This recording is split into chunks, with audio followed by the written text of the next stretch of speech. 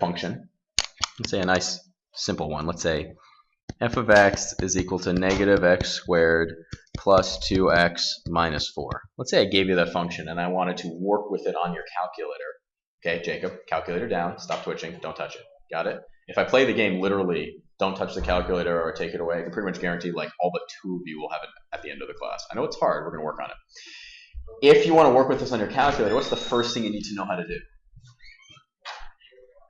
If you're going to have your calculator work with this function, what do you think the first thing you need to know how to do is? Get into the f of x? No, not. What's your first task? What's your first goal? Okay, yes, turn it on. What's your first goal? Plug in the function, right? Yeah. First you need to know how to put it in, okay? So the way that's going to work, here's what it looks like right here, if I can actually. So what we're going to do here, let me turn off these things, clear this.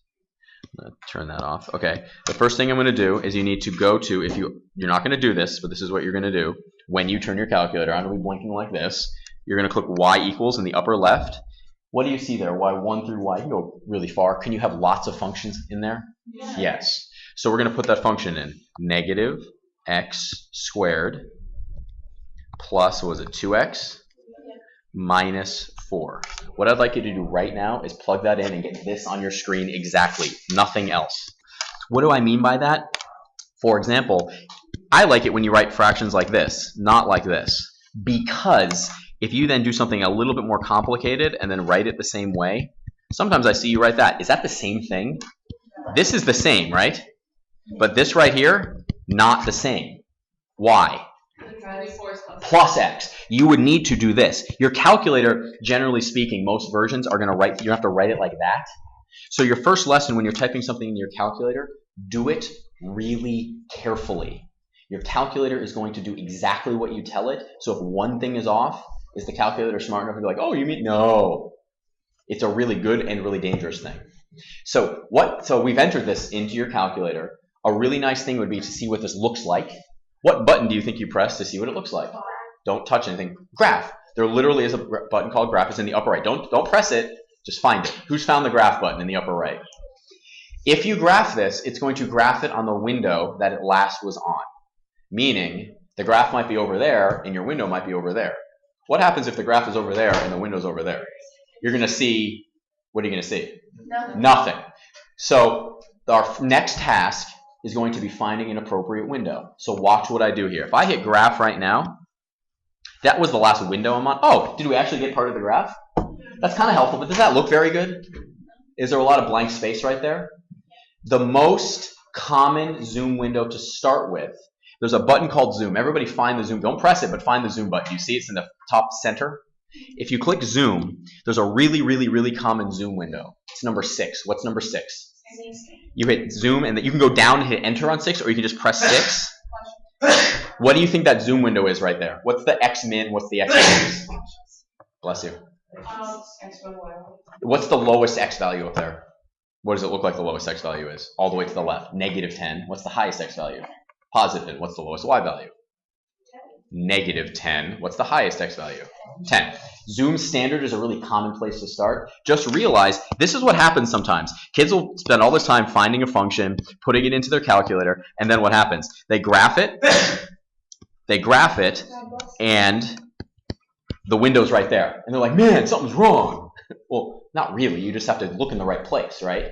So a really common thing to do if you're totally lost is to hit graph, but hit then zoom 6. So everybody hit, you can do that right now, hit zoom 6, and it'll graph it on that window. Get it to look like this. Raise your hand when you have it looking like that. Now that we have this in our calculator, so we have something that looks like this, theoretically, could we play around with the window to make it look a little bit more helpful? Absolutely. We absolutely could plug it in to make it look a little more helpful. That being said, is this a relatively nice function right here? Kelly, hands up. Is this a relatively nice function? You could probably graph this pretty accurately by hand, right? Probably. Now, that being said, your calculator is going to help you in those situations where you have something that doesn't look very nice. So what I want to give you is this function right here. Here's a new function for you. h of x equals -3x squared minus 9.6x, bless you, minus 1.38. Graph that on your calculator right now. Use your calculator. No, clear the other one. Just graph this one. So clear this. Put this one as, make this your y1 function and graph it. And what I would like you to do, find me a window that looks really good. So play around. You don't have to use zoom standard. That's what I want you to figure out. So get it graphed first, and then see if you can play around with the window. Hint, click zoom. You just need to enter it, right? What was it? It was negative 3x squared, right? What was it? Plus what? Plus what? Minus 9.6x, sorry. Minus 9.6x. Minus 1.38. So everybody did this, right? And what did I say was a good window to start with? Zoom standard, right? And you ended up with something like this. How many people ended up with something like this? Now this is pretty good, but do you think there's a better window that we could use? Yeah. What I mean by that is there a ton of white space that does nothing for you on that graph? Yeah, there's a ton of white space. Do you really care about the white space? No, you care about the graph itself. So what window would be better? A window that kind of looks like this, right? What's the smaller x value you want to choose right there? What's the bigger? Let's make it a little closer than this. Let's make it right. How about here? What are these x values right here that I'm highlighting? 2 and negative what? 5. What about up here? I think that's 8. And how far down? Oh, that's too far down, isn't it? How far down do you want to go? Like, what's that approximately? Negative what? 7. Yeah, negative 7, sure. We're looking at this value right here. That looks like it's negative 7. So everybody, hands up. Hands up, everybody. In the middle, sorry, on the left here, there's a button called Window. If you click on Window, look what it gives you. It gives you 6 values that are really important. There's x-min and x-max. That's the lowest x value and the highest x value. It gives you y-min and y-max. What do you think the scale is? What do you think the scale is?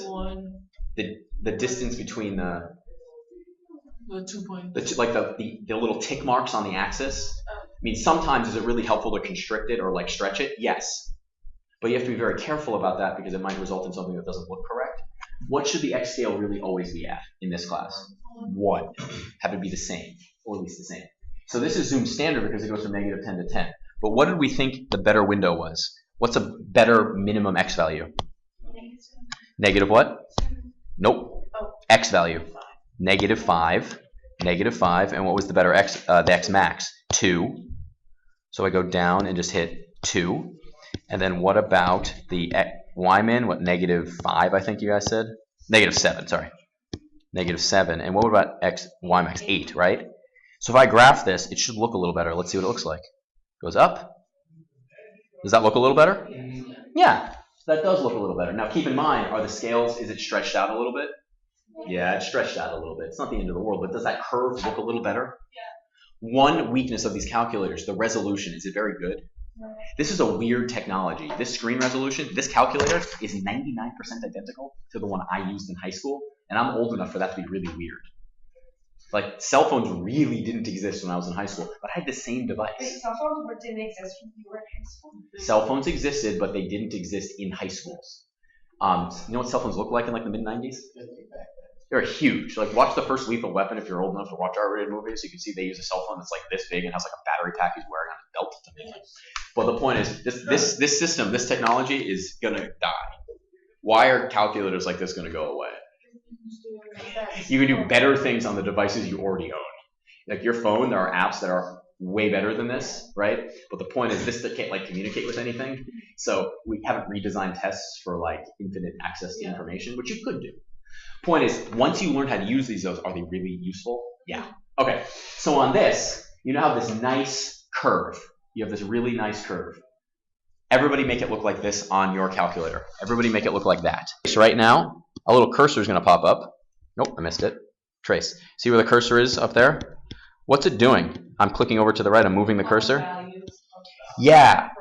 It gives you values. Are these going to be exact? Not really. They're estimates. And does it give you all of them? Like when I make one click, it jumps values, right? But the idea is, can you use this for rough estimates? Yeah. So for example, what are some cool points that would be nice to know? The x-intercepts. What's another point that would be useful? The vertex. So can you use trace to estimate these things? Yeah, so for example, if I want to estimate the vertex, I'm just clicking to the left here. Clicking, clicking, clicking. What does it kind of look like the vertex is? What the Yeah. high? Looks like it's like negative. Yeah. Yeah, I'll get it up there. Sorry. You can see it like this. Sorry, there it is. We put this in here. It looks like when we did a different window and we used trace, if we had to round to 3 decimal places, what does it look like the vertex is? X value of what? 1.64, round to 3 decimal places. 9. And what's the y value? 0.293. So that's our estimate for the vertex. Is that a very nice value? No. So does that kind of justify using your calculator? Yeah. Does your calculator care if it's a nice or an ugly value? No. Again, is trace 100% accurate? No. Are there better ways to find these values? Yes, but if you want it quick and easy, it's great. Use your calculator, and I would like you to use the trace function. Estimate this point for me. Find me an estimate of that point right there. Do that for me right now. What's the x value? 3.064. Yeah, and then it's 0, right? Because it's supposed to be 0, right? How many people have something about that? If you trace, it's going to be about that, right? Could you zoom in further and get like a more accurate one? Yeah, but the idea is if you're using trace in the first place, are you expecting to get an exact answer? No. Okay, do me a favor. Estimate for me this one right there. Estimate that x-intercept. It's going to be a lot smaller. Just estimate it for me using the trace feature on your calculator. I have this nice window here. Which one do you want to do first? The vertex or the x-intercepts? Which one do you want to learn how to do? Vertex, okay? So there's a really cool feature. Above the trace button, there's a blue word. What is it? Calc. Don't execute it, but if you want to execute a blue word, you hit second and then the button. So watch what happens. Second calc. Which one do you think we're going to do? Value. Nope. Intersect? Nope. We're trying to find a vertex. 7. What did you say? Maximum. In this graph, in the graph we have, it was a vertex facing down. The vertex is the what? Maximum. So what value is that? That's 4. You either can go down and select 4, or you can just press 4. What is it asking me for? What's it asking me for? What is that called? Left bound, right? What it means is it's going to look for the vertex, but you have to tell it where to look. Can a function have more than one maximum? Could a function go like this and have like 10 maximums? So it's asked, which one do you want me to look for? So when it says left bound, you see the cursor blinking up there? All you need to do is place the cursor, don't do this yet, to the left, anywhere to the left. Is that to the left of the vertex? Yeah. I press enter. What's it asking me for now? So make sure you go to the right. It doesn't have to be really close. Just go to make sure. You just have to make sure it's to the right. Hit enter. Do you see these little triangles that come up? It's going to put those for the x value at the top. What's it asking me for now? So literally, you just go back into the middle. It just has to be between the two, and you hit enter. Oh, cool. Nice. So what does it say our maximum is? Oh, it gives us a nice maximum. Is that actually a really kind of clean maximum?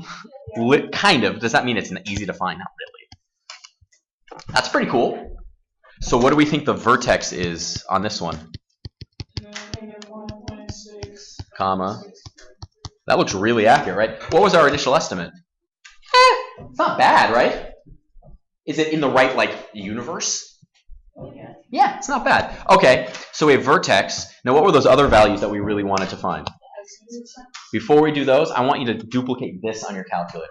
Use the maximum feature and duplicate that exact thing that you would really like to find. Well, we have an idea. We traced it, right? But we want to find it exactly. So watch. We're going to do this. Don't do it yet. Second calc. Which function do you think we're going to use? You think it's intersect, right? But the thing is, intersect is used to find the intersect. It is 0. Intersect is super useful. You're going to use it 1,000 times in other math classes, maybe this one. Intersect is used to find the intersection of two functions. How many functions are we using? 1. We're using 1 function right now. 0, zeros are the common name for the x-intercept. So watch what happens. I'm going to hit 2, and what is it going to ask me? Left bound. It needs to know where to look. You need to go to the left of one of the zeros. So one of the zeros is right here. So we need to put the cursor somewhere here to the left. Watch what happens. I go left, click, click, click. Sometimes does it take a little while to click? Yep. If you hold down, sometimes it zooms way off. It's really annoying. Be really careful. Oh, look. Am I to the left now? So what do I do? Enter. And then what's it asking me for? Right bound. Yay! I hit enter. Do you see those cursors that come up? Our guess needs to be anywhere in between. And then what do we hit? Enter. Hey, was our initial estimate pretty close? Yeah, it was really close. So that's what we got there, but is there a number up there that really doesn't make any sense to you? What's the number that doesn't make sense to you, Rachel? Yeah, anybody know what that E means? Times 10. To that power. That means -1 times 10 to the -12th. What does that really, really effectively equal to? That's like -0.000000000. I keep going 1, 2. So what is that? 0. When you see that, you're like, oh, it's 0. So what did we think? What's our better estimate for this one? -3.04 what? 9, comma 0. How was that? How does that compare to our? Oh, look. Did we get pretty close over here? Yeah. It's not bad, right? It's pretty good. So what I would like you to do right now, use your calculator and verify that answer for me on your calculator. And you can pick any point here for the left bound, and then any point up here for the right bound. So this is your right bound, left. It doesn't matter if it's above or below. It's just to the left and to the right, and this is your guess somewhere in here. Raise your hand if you got this or something really closer. Good. Do me a favor. Please do the same thing, but find me this point right there. Find me the other x-intercept. Find me the other x-intercept on your screen. So remember, you vars, y vars. So on your calculator it goes, you hit vars, y vars, functions, I think it is, functions. Yeah. And then you select y1 and do y1 comma 2.5. Enter. And you should get -44 point what? 44 point what? 13. There you go. Enter function y1. I could do like -258 divided by 987, right? Enter. Boom, done. Does your calculator care what the number looks like? No. Your calculator is totally non-discriminatory because it's the same kind of math for us. This is Zoom Box. Let me show you another cool one. Zoom. You see Zoom? Where is it? I think it's. Is it down below? Is it 8 or 9? 9, I think. Might be 8. Nope. We're gonna. It's 0. It's Zoom 0. You see Zoom Fit? This is where the calculator actually tries to determine what the best window is. This sometimes is really good because it picks a window that it thinks looks really nice. The problem is sometimes it's too perfect and sometimes it's totally wrong. Be very careful with Zoom Fit. I like going Zoom Standard and then moving it around. But you can choose. Okay, so here's the... X equals Yeah, this right here is your axis of symmetry. X equals -1.6 because we found the vertex. So we have the axis of symmetry, we have all this information. But is it necessarily always going to come to us in a function form? Okay, Rourke, give me any number you want. 7. Give me any number you want, Katie. 2.98. Okay. Nate, give me any number you want. -9, comma. Laura, give me any number you want. -3.27. Okay.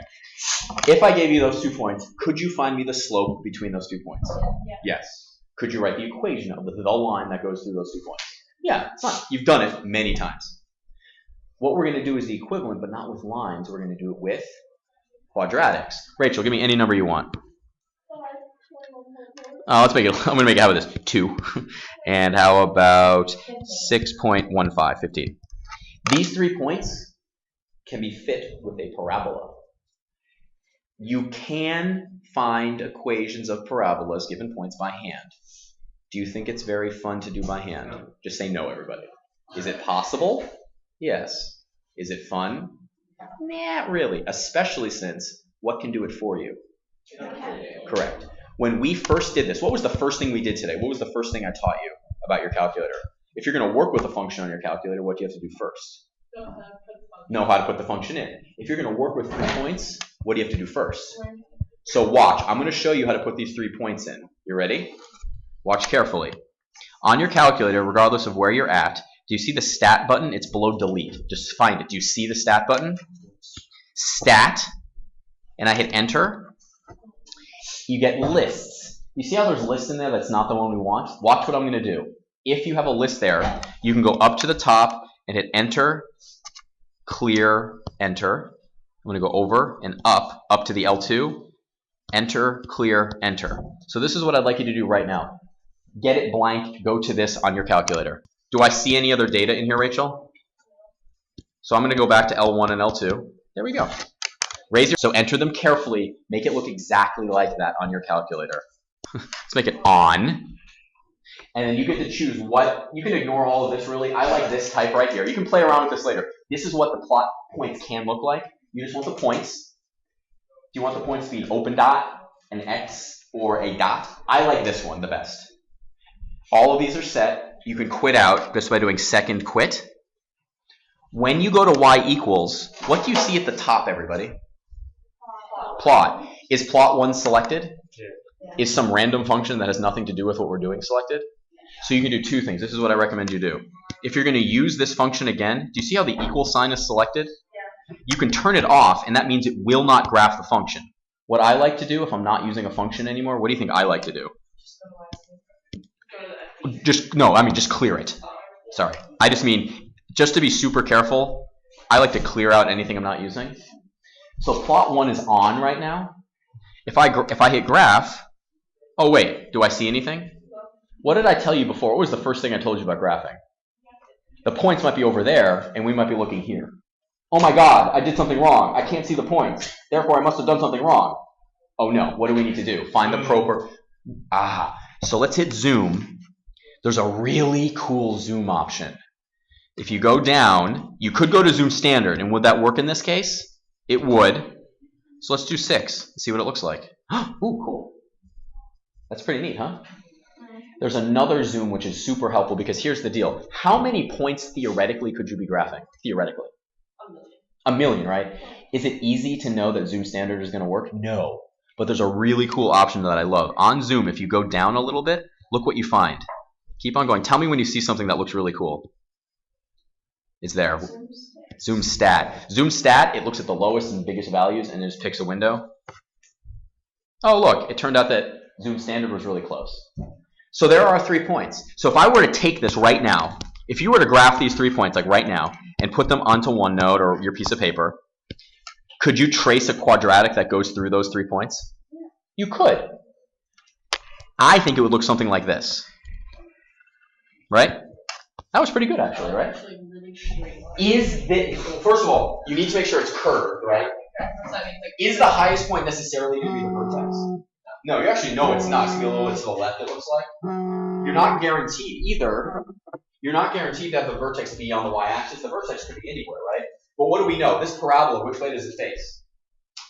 Down. Is there any way for this to face up? No. Any 3 points not on a line will define one parabola. Only one, right? So could we like estimate this and kind of do it by hand? Yeah, the calculator report. Watch. Before we do that, actually, because I told you, what do you think we're going to use? These are calculations. This is stat calc. Which one do you think we're going to use? If you go to quadrag, hit 5, it brings up quadrag. Watch this. Watch this. If I hit enter, look what it does.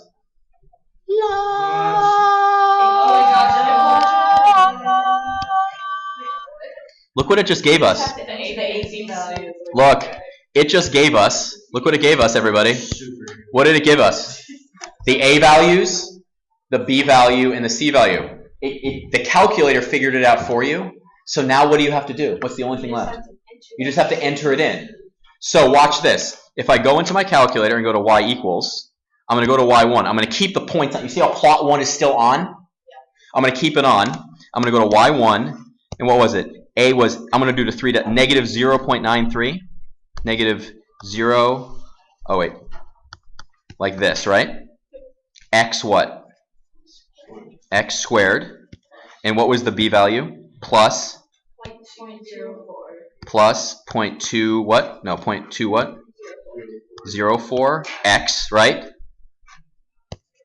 Plus what? 6.114. So theoretically, the graph is on and the points are on. So when I hit graph, theoretically, what should we see? And where should the parabola go? Go through the line. Ding, ding, ding, ding, ding, ding, ding, ding, ding, ding, ding. Isn't that cool? So, kids, what's really cool is, do we now have a quadratic that we can work with? Yeah. Could you find the vertex? Yeah. Could you find the x-intercepts? Yeah. Could you find the y-intercepts? That's what we did in the first section of this class, right? So do this for me. Go back to the main part of your screen, and the where you find it is in Stat Calc 5.